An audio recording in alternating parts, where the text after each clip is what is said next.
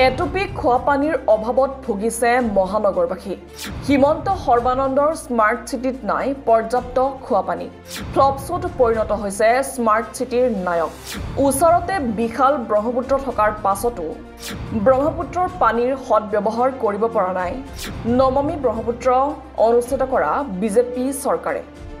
কেইবাযুগ ধৰি খোৱা পানীৰ সমস্যাৰ লগত যুঁজি আহিছে গুৱাহাটীবাসীয়ে। কিন্তু আজি কপতি সমাধান নহল মহানগৰীৰ খোৱা পানীৰ সমস্যাৰ। খোৱা পানীৰ সংকট দূৰ কৰাক লৈ চৰকাৰে লোৱা আঁচনি পৰিণত হৈছে এতিয়া ফ্লপছত। উল্লেখযোগ্য যে পানীৰ সংকট মোচনৰ বাবে অসম চৰকাৰে গুৱাহাটীক 4টা ভাগত ভগাই 2008 চনতে আৰম্ভ কৰিছিল দক্ষিণ পশ্চিম গুৱাহাটী পানী যোগান প্ৰকল্প। ইয়াৰ ক্ষমতা নিৰ্ধাৰণ কৰা হৈছিল প্ৰতিদিনেই 107 নিযুত লিটাৰ। ইয়াৰ পাছত 2011 চনত আৰম্ভ কৰা হৈছিল 191 নিযুত লিটাৰৰ দক্ষিণ মধ্য গুৱাহাটী প্ৰকল্প আৰু 37 নিযুত লিটাৰৰ উত্তৰ গুৱাহাটীৰ পানী যোগান প্ৰকল্পৰ। 2012-13 বৰ্ষত এছিয়ান ডেভেলপমেণ্ট বেংকৰ আৰ্থিক সাহায্যত 98 নিযুত লিটাৰৰ ক্ষমতাৰে আৰম্ভ কৰা হয় দক্ষিণ পূব গুৱাহাটীৰ পানী যোগান প্ৰকল্প। কিন্তু দুখৰ বিষয় যে এতিয়ালৈকে আশানুৰূপভাৱে আগবঢ়া নাই এই 4টা প্ৰকল্পৰ কাম। প্ৰকল্পকেইটাৰ পৰা এতিয়াও সম্পূৰ্ণকৈ পানী পাবলৈ সক্ষম হোৱা নাই মহানগৰবাসীয়ে। ইফালে অসম নগৰীয়া আন্তঃগাঁথনি বিনিয়োগ কাৰ্যসূচী নামৰ সংগঠনটোৰ অধীনত পৰিচালিত দক্ষিণ পূব গুৱাহাটী পানী যোগান প্ৰকল্পটোত হোৱা ব্যাপক খেলিমেলি আৰু সুব্যৱস্থাপনাৰ অভাৱৰ বাবে 2018 চনত আৰ্থিক সাহায্য দিয়া বন্ধ কৰি দিয়া হৈছিল পৰিচালনাৰ দায়িত্বত থকা সংগঠনটোৰ দ্বাৰা। তেতিয়াৰ পৰাই বন্ধ হৈ আছে এই প্ৰকল্পটোৰ সকলো কাম। তেতিয়ালৈকে ইয়াৰ 6টা জলধাৰাৰ ভিতৰত মাত্ৰ 3টাৰহে কাম হৈছিল। তাকো এই জলধাৰ কেইটাৰ আন্তঃ সংলগ্নীকৰণৰ কামহে সম্পন্ন হৈছিল। বাকী অত্যন্ত দৰকাৰী কামবোৰ যেনে ব্ৰহ্মপুত্ৰৰ ওপৰত পানীৰ বাবে উৎস, পানী বিশুদ্ধিকৰণ প্লেট, বিতৰণ নেটৱৰ্ক আদিৰ কাম একোৱেই হোৱা নাছিল।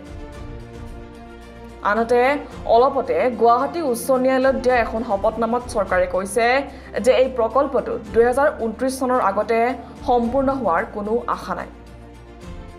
বৰ্তমানে চৰকাৰে নিউ ডেভেলপমেণ্ট বেংক নামৰ বিত্তীয় প্ৰতিষ্ঠানটোৰ পৰা অৰ্থসাহায্য লাভ কৰাৰ বাবে চেষ্টা কৰি আছে। মহানগৰীখনৰ 4টা পানী যোগান প্ৰকল্পৰ ভিতৰত এটাৰো কাম কাজ সন্তোষজনক নহয় যদিও দক্ষিণ পূব গুৱাহাটী পানী যোগান প্ৰকল্প এক সম্পূৰ্ণ অনিশ্চয়তা আৰু নিৰাশাপূৰ্ণ পৰিস্থিতিত চলি আছে যোৱা 6 বছৰ ধৰি। ইফালে অঞ্চলটোৰ ৰাইজৰ মাজত পানীৰ কাৰণে হাহাকাৰ অৱস্থাৰ সৃষ্টি হৈছে। আজি শতাধিক নাগৰিকে নাগৰিক ঐক্য মঞ্চৰ নেতৃত্বত AUIIPৰ গণেশগুৰিত অৱস্থিত মুখ্য কাৰ্যালয়ৰ সন্মুখত বিক্ষোভ প্ৰদৰ্শন কৰে। বেনাৰ আৰু হাতে হাতে প্লে কাৰ্ড লৈ বিভিন্ন শ্লোগানেৰে বিক্ষোভস্থলীত উত্তপ্ত কৰি তোলে। বিক্ষোভৰ মাজতে এটা সজাতি দলে AUIIPৰ যুটীয়া সঞ্চালকক এখন স্মাৰক পত্ৰ প্ৰদান কৰে। উল্লেখযোগ্য যে গুৱাহাটীৰ খোৱা পানীৰ সমস্যাক লৈ ভুক্তভোগী নাগৰিক আৰু বিভিন্ন দল সংগঠনে দীৰ্ঘদিন ধৰি প্ৰতিবাদ সাব্যস্ত কৰি আহিছে যদিও কাণসাৰ দিয়া নাই অসম চৰকাৰে। ইয়াৰ পাছতো এতিয়া চৰকাৰৰ গা লৰিবনে নাই সেয়া হ'ব পৰৱৰ্তী সময়ত লক্ষণীয়। চৰকাৰে বিভিন্ন আঁচনি লৈছে। আজি লাখ কোটিৰ পৰা আৰু কিবা কিবি আঁচনি লৈছে। গতিকে এই আঁচনিবোৰৰ জৰিয়তে গতিকে চৰকাৰে যি পইচা দিছে তাৰ পৰা 1 টকা যদি ঘূৰাই নাপায়, যদি আঁচনিখন যদি ৰূপায়ণ কৰে দক্ষিণ পূবৰ আজি পানী যোগান, তেতিয়াহ'লে এই জলবৰ্ডৰ যিটো নিৰিখ পানীৰ পইচা লোৱা এটা পইচা ৰেভিনিউ চৰকাৰে সদায় পাব।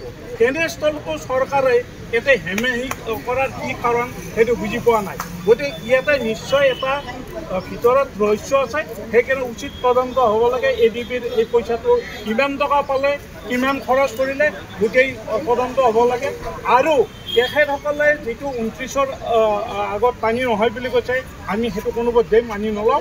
গতিকে 2 মাহৰ ভিতৰত দক্ষিণ পূব পানী যোগান আঁচনিৰ অৰ্থ সাহায্য ক'ৰ পাই দিয়ে চৰকাৰে, কেনেকৈ কৰে কাম আৰম্ভ কৰিব লাগে। কাৰণ বাকীকেইটা আঁচনিত আজি